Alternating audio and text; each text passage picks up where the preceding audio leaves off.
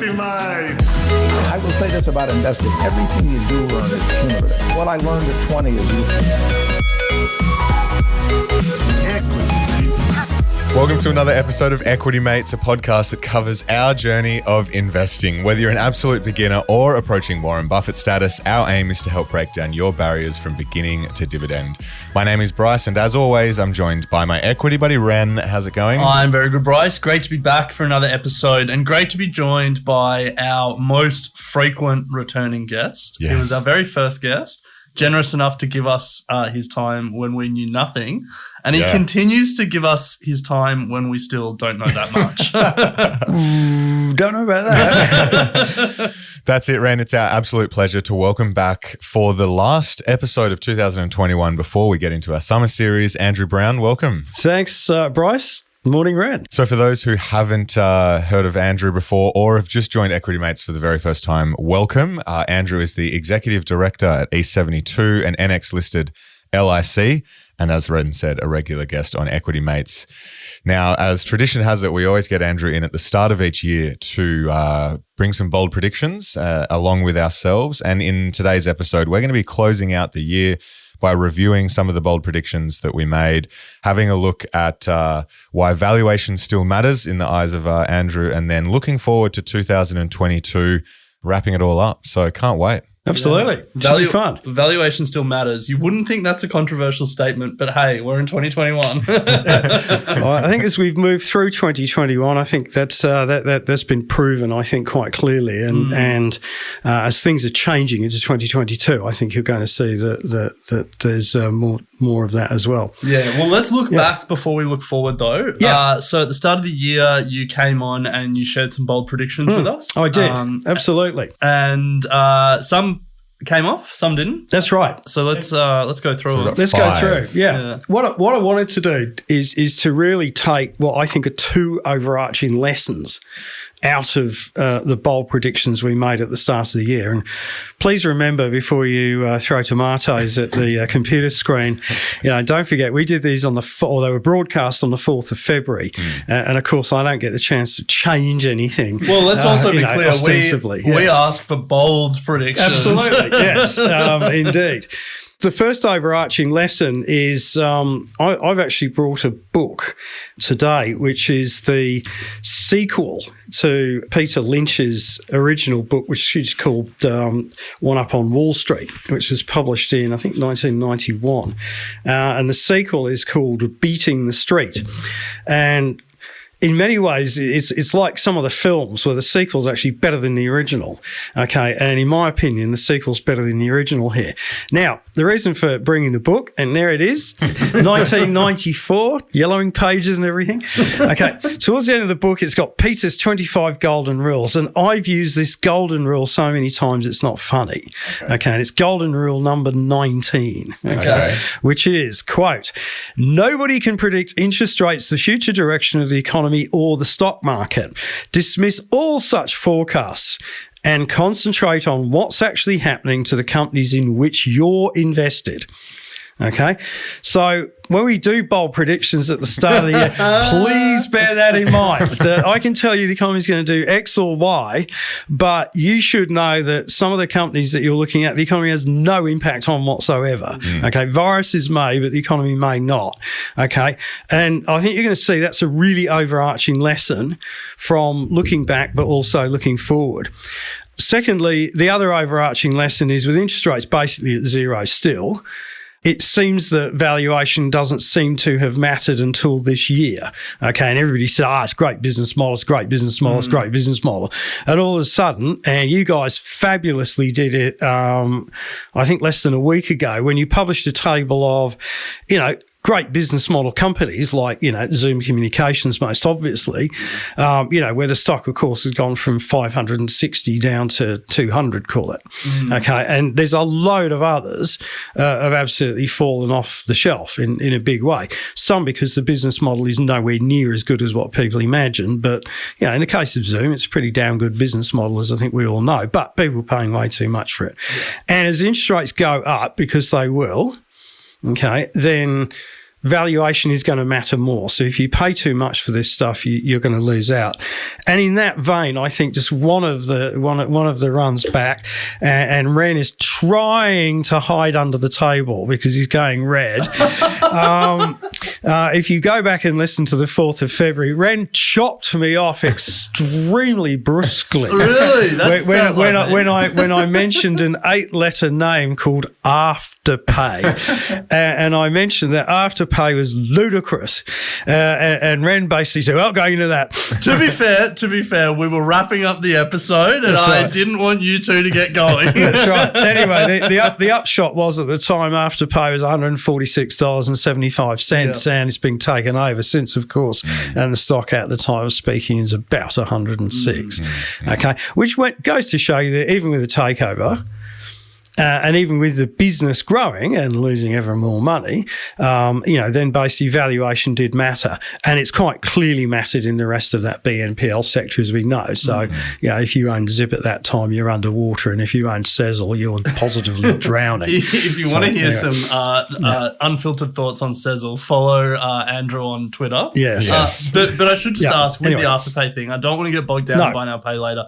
But isn't a lot of that tied to the fact that Square is one of the businesses that has fallen off? Absolutely, of course. And Square's fallen off. But even when Square was going okay, I mean, the full-blown takeover was no more than what we were where the share price back in January. So there you go. Just to put some perspective on this, by the way, when we made the broadcast back in February, the ASX 200 was 67.65. So the return from there is about 6% at the time of broadcast. And the Standard & Poor's 500 was 38.71. So we're up about 18%. So I'm not sure if you just saw Bryce shaking his head, but he's on a real vein about how pathetic our index is compared to the US. 6%. Why would you expect any more, Bryce, in 2021? For the simple reason, so much of the index is 4 banks and 3 major resource companies. We don't have giant tech companies. The 4 banks. I mean, one of the 4 banks has done extraordinarily well, which is CommBank, because it's got great management, it's got a strong business model. But even it's sort of canoeing in treacle a bit at the moment with interest rates still low. What you've also got is the resource companies. One of the things we saw, and it's remarkable, within 2 weeks of bold predictions going to air, the world had changed completely on the 18th of February. China. We said China was going to be a major feature, and we'll come to the 5 major things.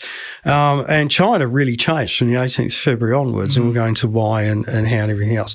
So let's go to the bold predictions and see how we went. So we said politics are going to play a real role in equity markets. Well, I think that was spot on right. They did. Okay. Why did they play a big role in equity markets? Because politics kept central bankers, sort of drinking the juice, both in Australia and in the United States. So in the US, most obviously, the deficit goes up and up and up and up as obviously the government tries to kind of repair COVID. But obviously, that continues to be funded still, despite the tapering. It's only a tapering by the Federal Reserve Board. They're still net buying bonds. Okay, it's just they're not buying as much. So that, I think they've been under the, political thumb. And so that's played a great role because it's kept interest rates down. And what's been extraordinary is that as interest rates have kept low, the 10-year bond basically in the whole year, it was 1.1 when we spoke. It's been to a high of about 1.75. It's currently about 1.5. Okay, but the inflation rate's gone from nada to 6.2%. Okay, and the core rate, if you exclude you're not even oil, making a return on the ASX with the inflation rate like that. Yeah, absolutely. Australia's inflation. I know. The core rate's 4.6. Let's use the proper rate. Okay, now this is really relevant. Okay, so the real 10-year bond yield in the US is minus 4.7%. Okay, that is the lowest since probably both your sets of parents were still at school in short pants and had never met each other. 1974. Yeah. Because in 1974, I can tell I was at grammar school, okay? Yeah. And, of course, that was when we had the oil crisis, when oil was much more important to the world economy, and it was cost-push inflation because basically what was then the Arab cartel pushed the price of oil up dramatically, and that had a massive impact on derailing growth and obviously creating inflation then creating a stagflationary environment, which you've had wheeled out. So the big question is, nothing's changed from February, except the inflation's much higher. Governments have got to extract themselves from the corner that they and their central banks have boxed themselves into. And you've had a few hints recently that that's proving difficult. Let's take two examples specifically. In Australia, Philip Lowe basically had to stop buying the April 2024 bond, which he already owns 62% of the issue, and has cost Australian taxpayers $2 billion so far, with mark-to-market losses and actual realised losses. And that was part of his yield curve control to keep the 3-year yield at 0.1. That's stupid. I'm sorry, that is stupid. You're going against global markets. He can print money in theory, but they have much more, okay? And basically the world started betting against him because they knew it was a one-way bet. It was nowhere near equivalent to George Soros in 1992 and sterling, okay? It was so obvious that rate was crazy. And so the rate went from 0.1 to 0.7. And the other thing is, obviously, very recently, we've had Jay Powell starting to say, well, this inflation thing's maybe not transitory. Well, Jay, wake up, sonny, well done. Everybody else has been saying that for 4 months, mate. So we've got a problem, and we're still there are a lot of the rates are where they were in January, February. Okay, but inflation's now much higher. And inflation is a mix of three things. It's demand pull, quite clearly. So we've, the world's woken up from COVID by and large, and forget Omicron. We'll get through that. Okay. So the world's woken up, number one. Number two, you've had cost push inflation because you've had supply issues. You've had droughts for, in Taiwan, which, push up the price of computer chips, etc. So that's cost push. And then thirdly, I think what is starting to happen, which is the most dangerous bit of all, is that inflation expectations are starting to go up. And once expectations get into the community, then the community starts saying, I need a pay rise. Because things are going up. I think things are going to keep going up. I want a pay rise. And so it gets into the labour market, and that's an issue. Okay. I think, once again, in 2022, we've got to try and get out of this corner somehow or other, and it's not going to be easy. And it is going to involve equities coming lower at some stage. Okay. So the dislocation thing has not happened in 2021. Let's make it clear. We have not had a 15 to 20% dislocation. Might be in the middle of one as we speak. Let me ask you about that, though, because let's take the US, for example. A dislocation of 15 to 20% in the index just means that these 5 or 6, well, it's like 8 now. 7, it's about 7. These giant trillion-dollar companies that just seem to print money.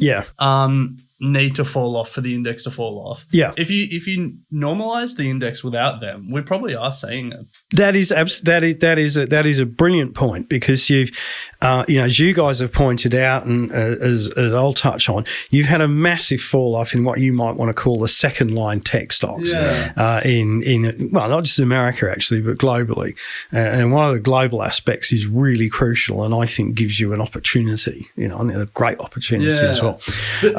On that, like, I don't see Apple falling 20% if they just have such operating leverage and they can keep growing. Same with Microsoft. Like, maybe it doesn't because they're so big. That's right. Apple, I mean, they're 25%. I mean, you've got what I now call sort of man mag, with Meta obviously being the start of it. And you need to add to that NVIDIA, which has obviously been, the real runner, and a car company whose name I was trying to come up with an acronym, and it's like, it's ANTMAMA now. So there's not a lot of letters to use to create something good. One of the things that, look, the big thing is, and Apple is probably the best example of this. Okay, Apple's earnings have been rated upwards and upwards and upwards and upwards. Okay, and even when you've had a little bit of a shudder because of what's going on elsewhere in the world, which to some degree is out of their control, which is chips, the stock's still pretty close to a record high. And the reason why is because they've got the business model that everybody wants. And, one of your recent guests from New York sort of outlined it really well, which is basically you have a high margin business, which is by and large recession proof. And then what you do with the cash flow is you basically keep buying your own stock back. And you have sufficient cash flow to do that. And, you need to model out Apple for about another 5 years before you start to really say, the sort of the net debt is starting to get up there, and, maybe they need to stop, and if somebody puts a spanner in the works, it would be too risky. But you've got to go out that far. And you can't really do that with Google. You can't really do that with Microsoft. I think potentially you can with Netflix because there's a lot more competition. I think you can with Tesla, and Nvidia you can as well. Because the rating now for albeit an outrageous chip maker, it's brilliant. Is so very, very high. But yeah, you're absolutely right. There's 25+% of the S&P 500 are in these really vastly strong companies where they will they're getting up there in terms of valuations, okay, and eventually people will say, oh, it's a bit too much, but it's hard to see what the spanner is that derails some of them, not all of them, some of them. Okay, regulation is the obvious one. Clearly. So we didn't get a dislocation. No. Okay. I gave you something which I said, this is 100% certainty, and it's turned out to be absolutely zero. And again, things had changed really quickly within a few weeks of broadcast, which was a federal election in Australia. And the reason that was relevant for markets is because at the time, the Liberals and Scott Morrison were very much riding high, and it was really, look, go early, go now, get another 3 years, and we've got, basically what I think is a pretty predictable set of economics that they put forward, whether you think they do it well or not so well. Well, of course, then, by then we started to have these strollouts, the extremely slow rollout of vaccines. We started to get COVID-2. A few governments were a bit slow. And, of course, the economy then, went down the tank. So it struggled more than we think. Yeah. Fantastic prediction, completely from left field. Of course, I didn't predict COVID too. We also said 2021 was going to be the year of takeovers. Was it what? None of the three stocks I postulated to be taken over, which we'll come to. But there were tons of takeovers. And part of that, of course, was aided by the fact we had COVID too. You had what we said was takeover, really takeover positive, very low debt, lots of it available, and some diverse equity valuations. But the takeovers have basically been made by private equity who've got the cash. And of course, one of the bigger takeovers for this year's Sydney Airport, not yet finalised, but of course by our not-for-profit super funds, getting together and buying a long-term asset. And there's been a stream of other takeovers. I've been the lucky recipient of a few along the way. I don't mind saying, including the cheapest takeover in Australia at an enterprise value to EBITDA multiple of 2.5. What company was that? That is Prime Media, which is the Channel 7 rebroadcaster in the regions. And that, of course, is being taken over by Channel 7, who sort of put it into a half Nelson with press. That's like the Riverina and stuff, isn't it? Yeah, it's New South Wales, it's Victoria, it's WA. Yeah, it's pretty much everywhere, not completely everywhere. But, of course, it's, as everybody says, oh, what do you buy that for? It's a lousy business model. Might be a lousy business model, but when you're buying it with an enterprise value of less than the price of a Sydney house, and it was spewing out, just amazingly, it was sort of, spewing out $20-odd million of EBITDA. It's just fantastic. Yeah, right. So it had $40-odd million of cash. So that was great. That was really good. But there are a lot more like that. And, obviously, the other big one was Afterpay. And you got in on that, didn't you? No, didn't get in. I wasn't sure, which was good. But it's a very logical takeover. The piecing together of the two businesses is very logical. And, of course, I think that nobody's spoken about this really, but unwittingly, I think the market started to realise that as Afterpay's joined together with Square and CommBank's gone into, sort of pay in full, let's call it. What it's meant is the competitive environment in that space now is just furnace-like. It's hot, and the other guys are going to struggle. Well, to speak to personal experience, I've never used Buy Now, Pay Later, but I use PayPal for a lot of my internet transactions. And I I almost used their pay in full because it was just so simple. Then there was one step that made it more difficult, and so I didn't do it. But I was like, that's going to be a real challenge because people like me, I'll never take the step to sign up to like an Afterpay or a Zip, but it's there in my workflow already. Yeah, if you're not in, I mean, Afterpay's going obviously, but if you're not in, say, Zip, and I mean that's struggled as well, share price wise. I mean, you really have to. If you're in some of these other third line players, I mean, please, you need to look at the business model. And because I've been so vociferous about one in particular, which is Sezzle, because Sezzle's got a very peculiar funding structure. What I find is that young people that invest in these BNPLs do not understand the funding structures. Okay, now Afterpay is very easy because it's basically 2 or 3 warehouses, National Bank, Goldman Sachs, plus its own equity. And it had unlimited access, I believe, to capital, particularly early in the year. But some of these other guys don't.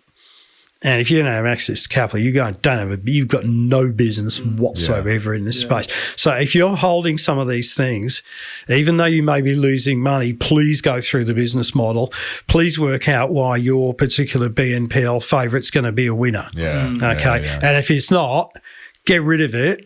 Seriously, because they'll go to zero. They will go to zero, some of these things. So anyway. This taking a step out of buy now, pay later, this whole experience for me has been a real reminder of like it pays to pay for quality a lot of the time. And like getting the number one in the space often is the right decision, even if it's more expensive. That's right. Because like I've fallen into this trap. So many retail investors fall into the trap of like, the second one's trading on a cheaper multiple, and like all it needs to do is take a bit of market share. And then but like you're not the only one that falls into that trap. But this is a real reminder. It's also a real reminder. Okay, the things that have killed BNPL have an application elsewhere. Okay, the thing I focused on as a negative for the sector was the cost of customer acquisition was skyrocketing, and I mean skyrocketing. So again, if you're the fifth line player in this. And Afterpay spending $20 to get one customer, what are you going to do? So anyway. So let's just wrap those 5 and then perhaps move on to valuation. Yeah. Still matters. So we had, just to close it out, politics to play a big part in the equity markets. I think that's a tick. Yeah. Dislocation of 15 to 20%. Hasn't happened. Didn't see Volatility stayed high, but it's implied vol rather than realised vol. Yeah. Big difference. Yeah. Potentially a 2022 though. Federal election in Australia. Well, I can guarantee 100% that's going to happen in 2022. So. Australian economy to struggle more than we think. Correct. Yeah. But for different reasons. Yes, correct. And 2021 to be the year of the takeovers. Yeah. Correct as well. That happened as well. That happened. We also had other things. Okay. The other things we had China. Okay, that China was going to be really important. I want to come back to that because I think there is a real opportunity there now. We discussed it in the context of Taiwan, so it wasn't, that wasn't quite where we're at. We talked about COVID incompetence. Okay. I think to some degree that happened. So it sort of did have an impact on our economy.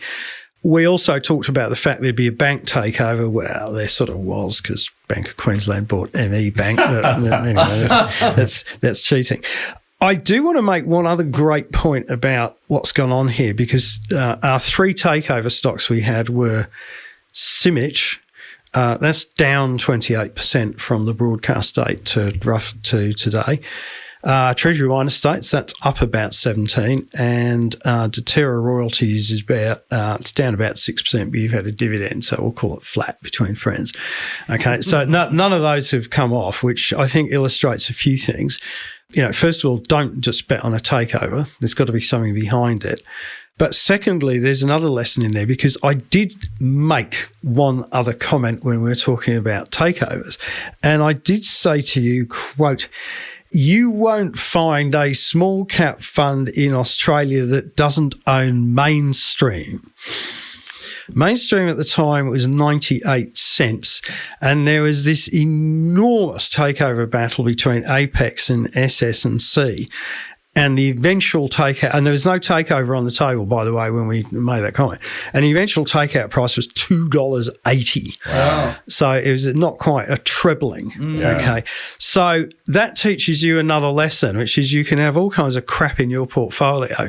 But if you have a diverse portfolio and you have one or two things make it, bingo, thank you very much. You will still have a winner. So all of you who bought Mainstream after the 4th of February 2021, I'll give you my PO box number and send a check. Andrew, it's okay because everyone knows that there's no buy, hold, or sell recommendations on this. So this is all do your own research. This is all do your own research. So if you did your own research, you did very well at that. So before we jump into valuations, let's take a quick break and we'll hear from our sponsors.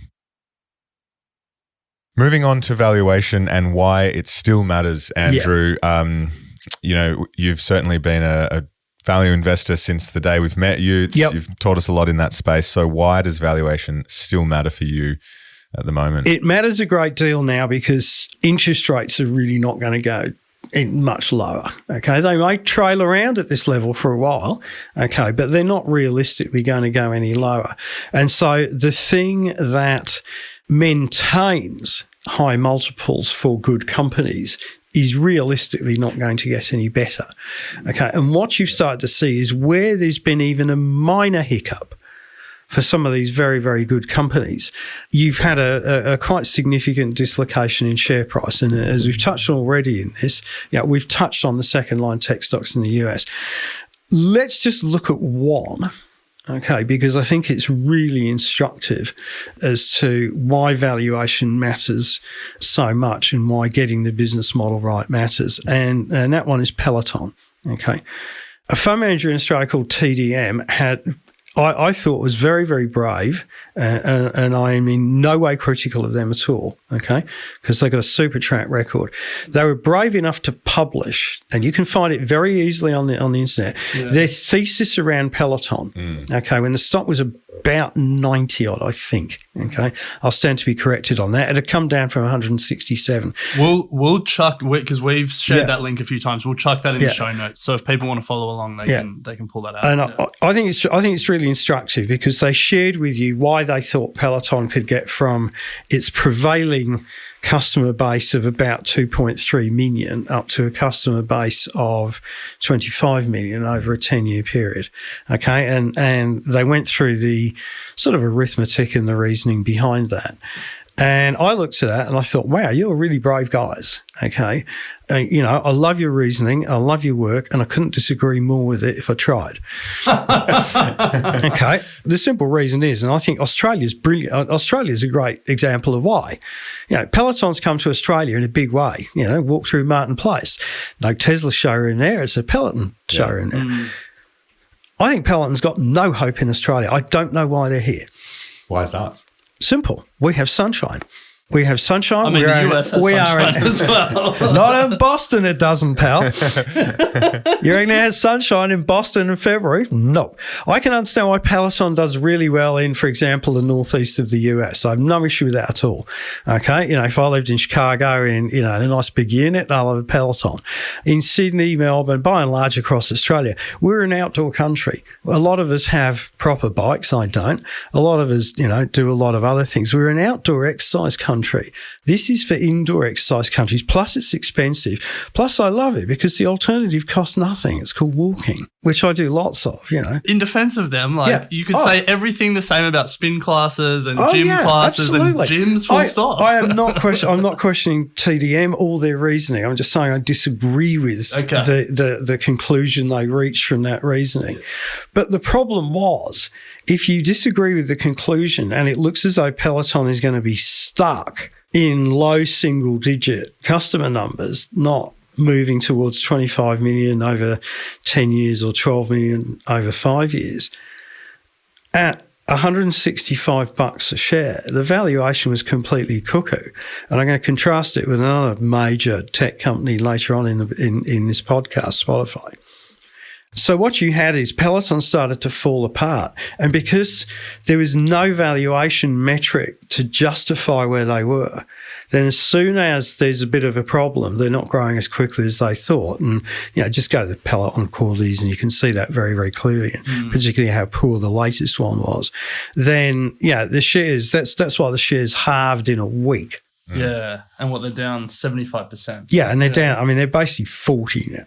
Okay, down from 165, but they were 90 a matter of a few weeks before this broadcast. So, they're the kind of things that happen. People say, oh, no, they don't. Well, they do. When people like me started to question Sezzle's funding model, the stock doesn't come off a little bit. I was short the stock at $10.50. I wrote a negative piece out on the company, which came out at $9. And the stock's now got a 3 in front of it. Wow. Yeah, they don't fall 10%. They fall 50 or more. And a lot of them have already done that. But with interest rates probably going to stay, they may stay low, but they're on the increase. You've got to get your valuations right. Yeah. Okay, you've got to really try and get that right, because the business model per se, unless it's amazing, may not save you. Yeah, may not save you. Some will. I acknowledge one of Peter Lynch's other rules is basically, don't worry about a quality company getting a little bit expensive, because if you just sit and hold for a year, the earnings will catch up, okay, and then you'll get rocking and rolling again. And there's of course been plenty of lessons about that over the last little while. I think, valuations for me, the old world, one of the features of 2021 is the old world has caught up a bit. There's been some stellar performances from stocks that, by and large, the millennial and Generation Z audience would have thought are the most unholy pieces of excrement. Do you want to give us an example of that? Yeah, I'll give you an example. If you were ferreting around in the rubbish tip in sort of March, April 2020, and you sort of figured, oh, God, what's in the rubbish tip? There's 2 old world media stocks. You could have bought New Zealand Media at 25 cents. They're $1.35. And because they're actually not just an old world media stock. And, of course, the best of the lot, because Gen Z and millennial don't know what this is. When they're all sort of on podcasts and everything else. Believe it or not, there's sort of at 8 o'clock in the morning. There's kind of Nat and Kochie broadcasting from Martin Place. You could have bought 7 West Media at 6 cents in April 2020 because everybody thought it was going broke. Okay, and thanks to some superb management, cost cutting. And obviously people being glued at home and they're glued to the news and the media and everything else.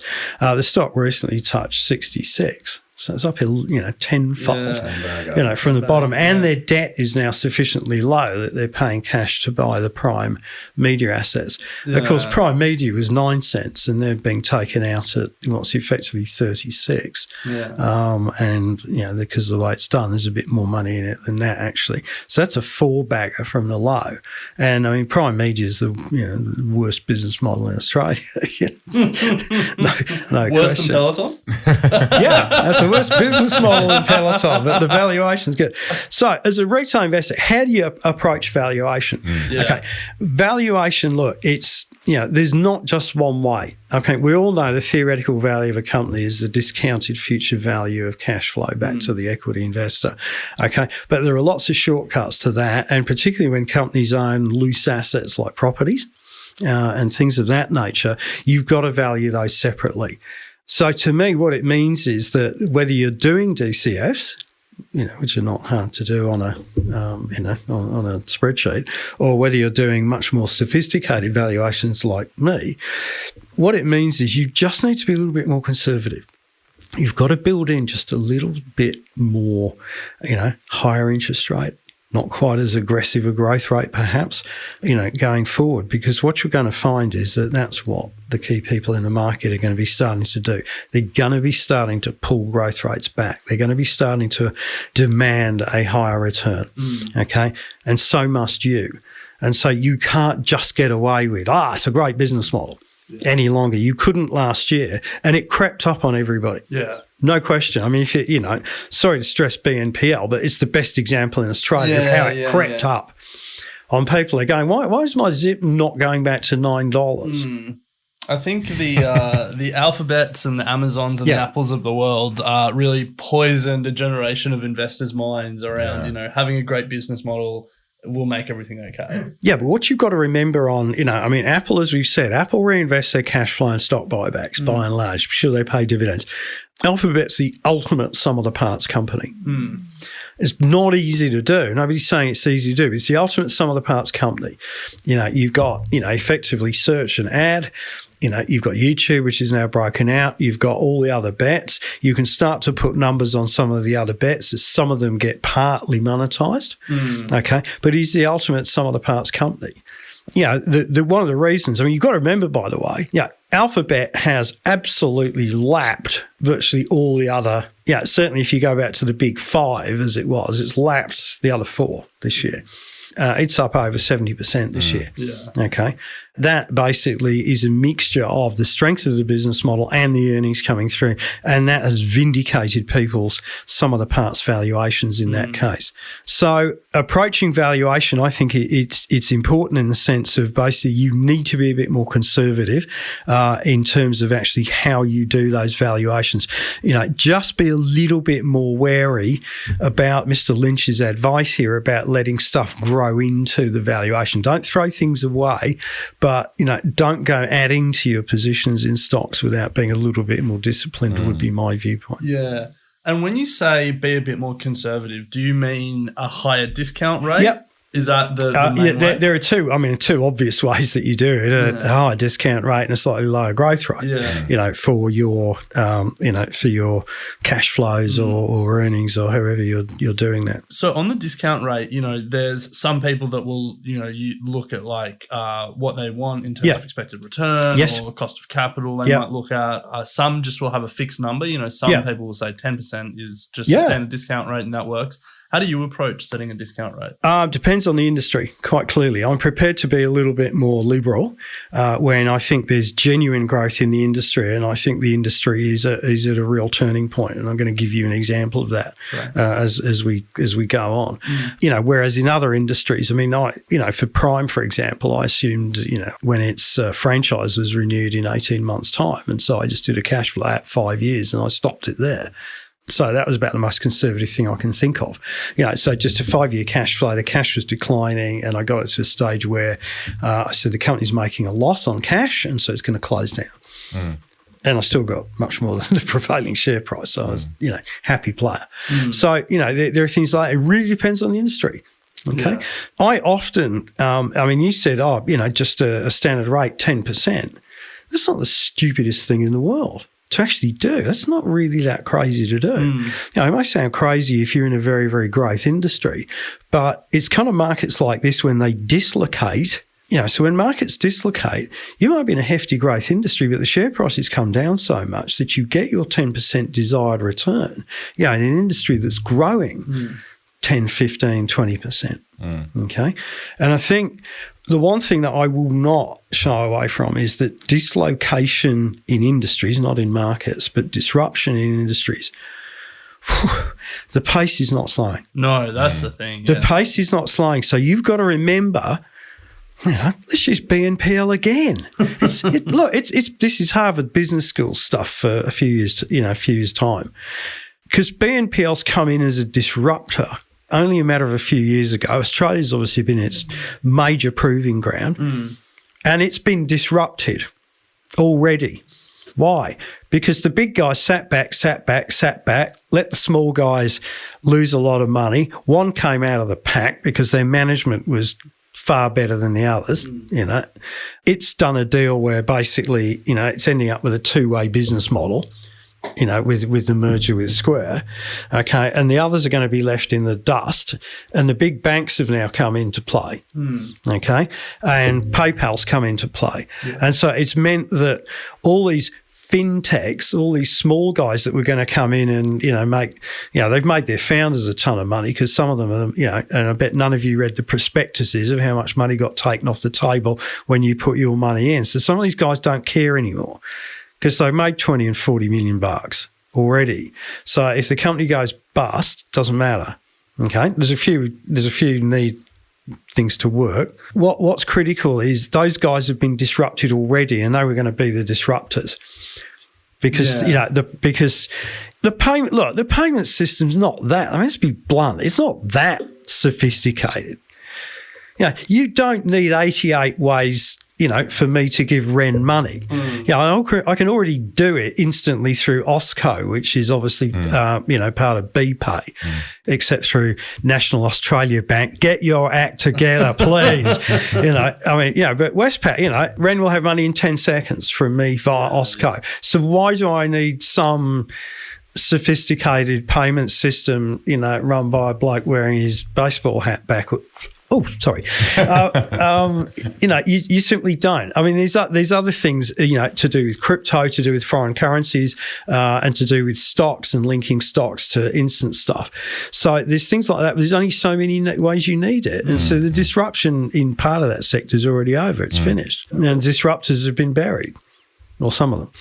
Yeah. So be careful because things are changing at such a pace that you can't just sit there going, hey, I'm on the disruption train. Well, you're not. You've just been, your carriage has just been unhooked. Now, Andrew, I'm conscious of time, yes. So let's move to looking at 2022. Yep, absolutely. And some of the key things that are playing on your mind. I want to get people to have a look at 3 areas which I think have got potential. 2 I'm going to cover very quickly. 1 I'll just enunciate a little bit further, okay? Sure. The first is China. On the 18th of February last year, basically pretty much the Chinese market peaked out. Okay, I think we all know what's been going on in China.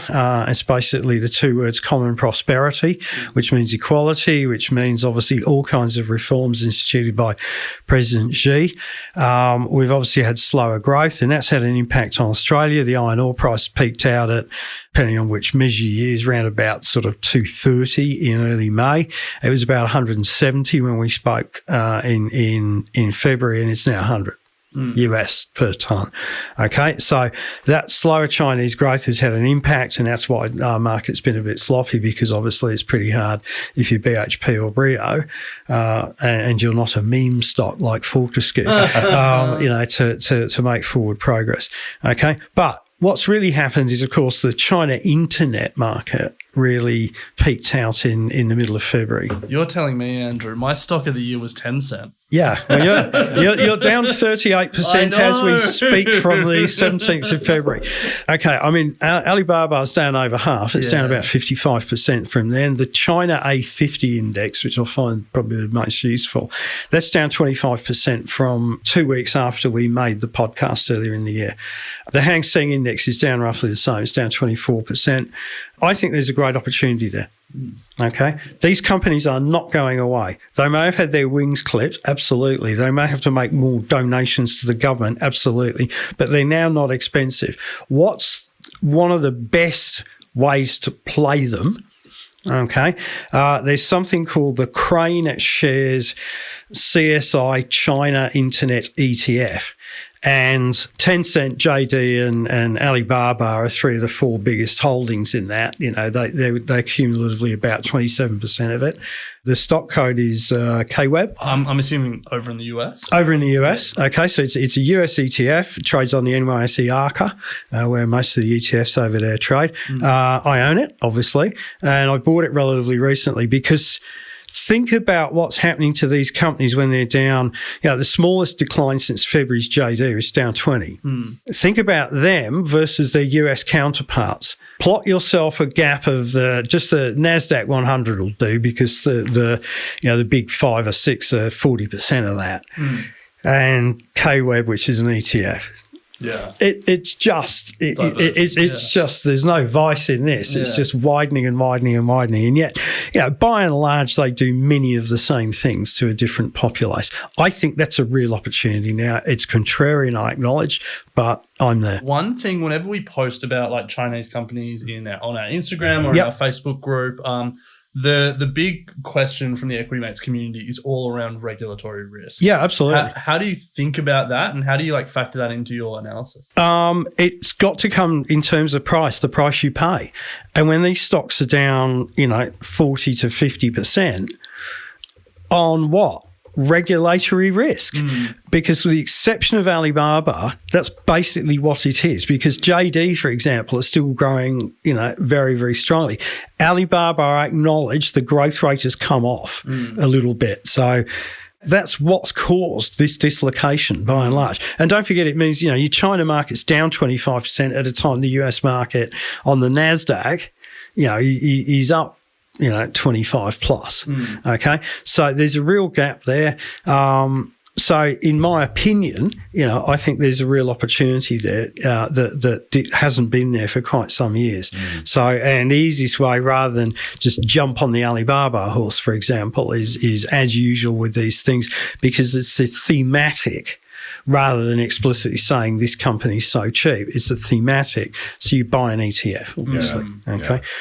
The second ETF, you would never have imagined 4 years ago that I would have come in here and said this. Here we go. But there we go.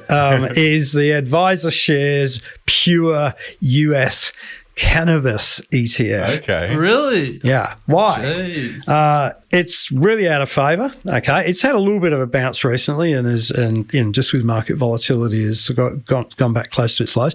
But we're very close now to federal deregulation of cannabis. Okay, or federal legalisation of it. Why is that important? There are 6 states in the US that where there's no legalisation of cannabis. The other 46 there is, but it's really hard if you're a cannabis producer or synthesizer or whatever, because trying to get banking is really difficult. If you go to JP Morgan and you say, "Hi, it's Andy Cannabis Limited," like the 2 guys in the movie, they get shown to the outlet very quickly. I think the cannabis space is really interesting, and again, don't bet on one company, because I think, as we may have discussed before, even here, growing cannabis is not a really strong business, but synthesizing it and distributing it is. So, and this thing obviously covers all and sundry. So I think that's really interesting. I have a holding in it, and again, it's at a low. MSOS is the code. MSOS is the code. And thirdly, I do want to really have a little bit of a look at one industry which came to fruition this year. Let's get into this. Because this is really fascinating. In the Australian press, you would not have known this even existed or happened, okay? But the music industry is at a tipping point now. The music industry peaked in 1999 when Napster came in, which you might remember was the original movement from vinyl to CDs to streaming. The trouble is it was obviously illegal. Okay, and what people used to do is download from Napster onto a CD and cut their own CDs. And the turnover in the music industry basically has never been that high. And it fell, it really fell into disrepair in many ways because of the distribution network. And what's happened because of streaming, not just Spotify, but Apple and the 2 arms of Google, it's really growing again. And of course, it's growing again because all kinds of people like, for example, Peloton need music. TikTok needs music. So they've got to license it. Okay. So one of the biggest flights in the world this year, where it never mentioned in the Australian finance media. Astonishing. This is a 46 billion euro company. It's called Universal Music Group. It has 32% of the intellectual property in music. Okay. There are 2 other main players. They're Sony with 21 and Warner Music, which has got Led Zeppelin, which must make up about 15 of their 16% market share. Okay, so UMG was spun out of Vivendi, which is a French company. Vivendi is controlled by Bolloré.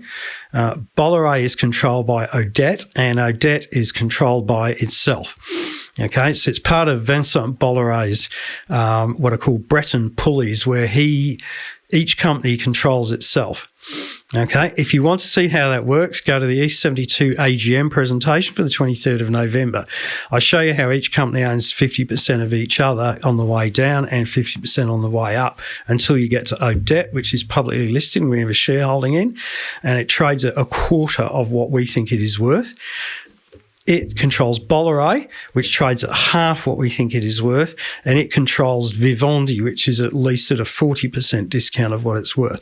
Vivendi spun out. It has 2 billion euros of cash. It spun out Universal Music Group to Tencent, Bill Ackman, and the general market. It's listed in Amsterdam and it kept 10% itself. Universal Music Group controls, as I say, the IP. So if Ren forms a band, so we've got Ren and the Renettes, okay? So Ren and the Renettes go out there and they're quite good, and Universal Music comes along and they say, Ren, we will give you $1 million for your first 3 albums. Undervalued, but okay. Until Ren and the Renettes earn back the $1 million for Universal Music, okay, they have no share in what goes on after that. They get $1 million up front, but they got no share in anything after. The intellectual property is owned by UMG. That means they license it to whoever. Okay, so it's not just licensed on radio and things like that. It's licensed, as we've said, in all kinds of other income streams. And what's happening is the music business is really starting to grow rapidly now, okay, because of that factor. And UMG control the IP. How? Why? Data. These guys are so big, they can see, hey, Ren and the Renettes, they're really, really going well in Kazakhstan. That is our home market. That's your home market. So what happens? They put all the advertising and everything into Kazakhstan. You'll be doing endless tours of Kazakhstan, etc. The bands make their money from tours and merch. Yeah. Okay, 20% of UMG is music publishing, which used to be the cash cow of a lot of these things. So if you remember, you've seen legal battles about who owns the publishing rights to Beatles songs and things like that. So what's happening is UMG are buying more and more stuff. They bought Bob Dylan's back catalogue. So, Bob Dylan has basically no further interest in his music catalogue. Okay, they own the catalogue. And the catalogue, because as you Generation Z people know, all the music you listen to is made in my generation. So it's all about catalogue. Not true. Bryce listens to a lot of Doja Cat. There you go. Of course, they've got new artists like, Taylor Swift and Ariana Grande and people like that. So UMG's floated. It was floated at 18. It's about 25. That's euros. The discounted way to get into it, because it's not the cheapest company in the world, it's about a P of 40, but it's a very reliable income stream, is through one of the Bolloré companies, either Vivendi, Bolloré or Odet. They're all quoted on Euronext in France. Okay, so I've got that. Spotify's the other side of it. That's why this stuff's growing. That's why Universal Music Group is growing, because their market, the distribution of music is, whilst people still buy vinyl and the aficionados still do, the distribution of music is through streaming. And the reason people are so cynical about Spotify is, of course, it's one of the very, very few companies like, a Twitter, for example, that has a massive user base that doesn't belong to Apple, Google or Microsoft.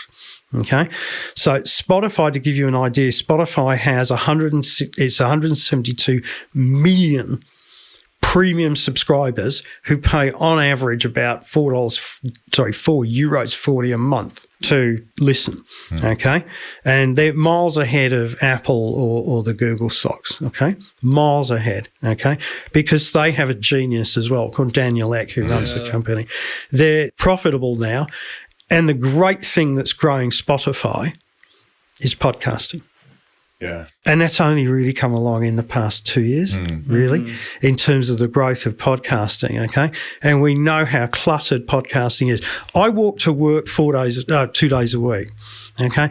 I listen to investment podcasts, but I also listen to podcasts on English football. And wowza, if you think there's a lot of investment podcasts, my God, you don't know how many there are in English football. I've heard everything about Manchester United it's possible to hear in the last 3 weeks. So that is an enormous growth business. These guys they're now making money. They have no net debt. In fact, they got $3 billion of net securities and cash.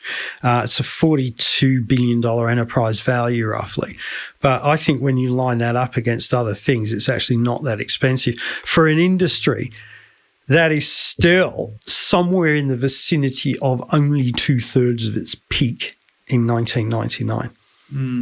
And if you think you're going to live in a world without instant access to informed commentary on whatever it is, or just, I don't want any informed commentary this morning, I've got a hangover, I just want music. And it's going to, eventually, of course, it will completely... There are two industries from the past that have survived every attempt to kill them.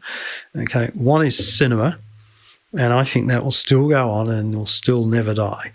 And the other is radio, and I think radio is on its last legs. Yeah. Radio is on its last legs now. Yeah, we're big fans of Spotify. I don't know. I think you do, Bryce. But it's had a tough year. It's had a tough year, and that's why it's interesting. Down 40% from February, down 25% in the last month. Yeah. So what are you saying the market's not saying? Or why is the market saying this company different? The market, look, the stock got over-owned when it was 365 roughly, back earlier this year. So the stock got sort of over-owned and everybody was just too eulogistic about it. Compare what I've said about Peloton. Okay, so we had, at one stage, Peloton had a bigger market cap than Spotify. And if you're telling me the total addressable market of $5,000 bicycles plus, $50 a month, whatevers, is bigger than Spotify, well, we can have a seriously robust debate because it's not. I think what's going on now is quite clearly some of the growth stocks are being hit. It's being just put in with a basket of that. There's ongoing cynicism about Spotify, that there's a battle, if you will, that it's a zero-sum game between, let's say, Spotify and Universal Music Group. I disagree profoundly with that thesis. Yeah, because isn't the model that it's like a percentage of Spotify's revenue gets distributed to the publishers? Yeah, absolutely. So like their incentive structure is to drive Spotify UMG. Half of UMG's revenue is from Spotify. comes from streaming. Yeah. And the biggest stream is Spotify. They need Spotify because that's what's changed UMG's landscape. Okay? That's what's changed music's landscape. Yeah. That's what put music on a growth path so again. Incentives are pretty aligned there. Incentives are extremely aligned, in my opinion. Other people will produce a thesis where they're not. There are so many good podcasts about both of these companies which are analysed in detail. Patrick O'Shaughnessy has done 2 of them. Yeah, Business Breakdowns. Business Breakdown on UMG. Please listen to that and you understand what a business model really is then.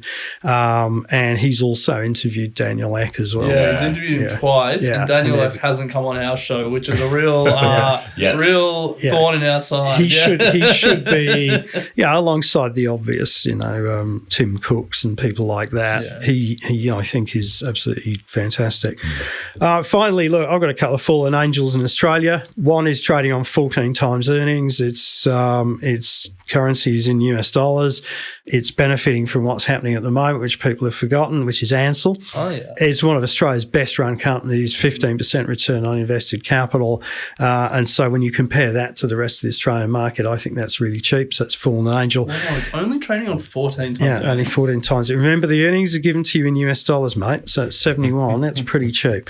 The other one, which I think I've discussed in the past, is Lend-Lease. I do believe that as we get over the virus and perhaps this Omicron thing's giving you another opportunity to have another play in a few things, then basically people will gravitate back to their community.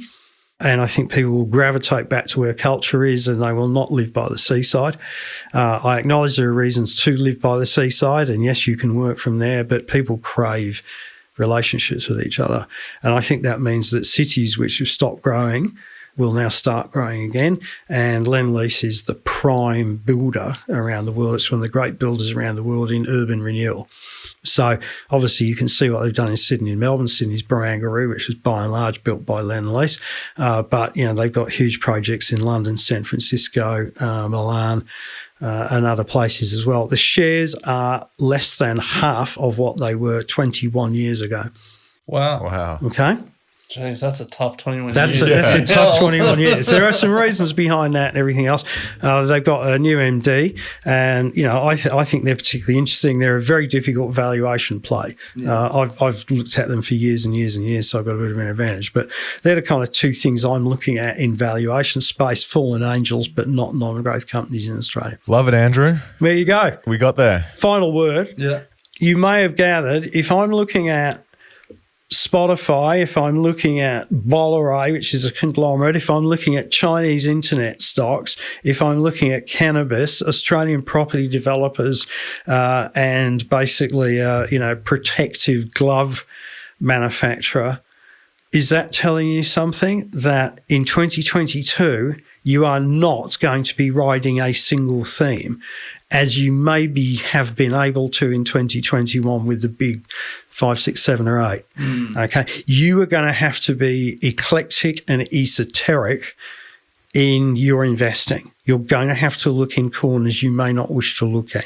Okay. But, pull the spider web away and have a look what's behind it. That's what's going to be important, because I think it's going to be that kind of market. It's not going to be easy. Okay. Finally, I have an apology to make to someone who will not listen to this podcast. His name is Bindi Chadha. He's the global market strategist from Deutsche Bank in New York. And on February the 4th, it was broadcast that I thought, whatever Bindi Chadha is smoking, I want some of it, because his earnings estimate for the S&P 500 when the consensus was 165 for 2021 was 194. And guess what, Bindi? You are wrong, because it's 204. That is why the US market is up 20%, because the one thing I got badly wrong last year was I said US earnings are overblown back in February, and no way known. They were 165 estimate then. They're going to come in over 200. Wow. Okay, and that's what's driven your 20% gain in the US market, not a re-rating from PEs and things like that. So to Mr. Chadha, my profound apologies. And on that note. Well, love it, Andrew. Thank you so much for your time, as always. Plenty of insight for us to digest. Absolutely. We're about to hit a bit of a recording break for Alec and I. We are doing our summer series, though. We've got 12 episodes coming up, diving into some of the companies we spoke about. We have Peloton. We managed to get the country manager into the studio to speak with Karen. So stay tuned with that. Plus a bunch of other amazing companies from both here in Australia and over in the US. And Andrew, will have to get you back to stick with tradition and do bold predictions for 2022 when we're refreshed and ready to tackle the year next year. But as always, thanks for the support and thanks, guys. It's an absolute pleasure to be here, and Happy New Year to everybody. Equity Mates Investing Podcast is a product of Equity Mates Media. All information in this podcast is for education and entertainment purposes only. Equity Mates gives listeners access to information and educational content provided by a range of financial service professionals. It is not intended as a substitute for professional finance, legal, or tax advice.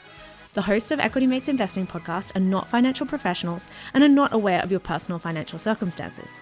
Equity Mates Media does not operate under an Australian Financial Services licence and relies on the exemption available under the Corporations Act 2001 in respect of any information or advice given.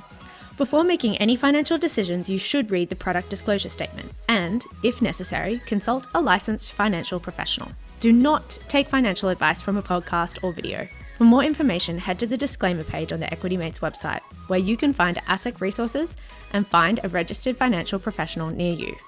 In the spirit of reconciliation, Equity Mates Media and the hosts of Equity Mates Investing Podcast acknowledge the traditional custodians of country throughout Australia and their connections to land, sea and community. We pay our respects to their elders, past and present, and extend that respect to all Aboriginal and Torres Strait Islander people today.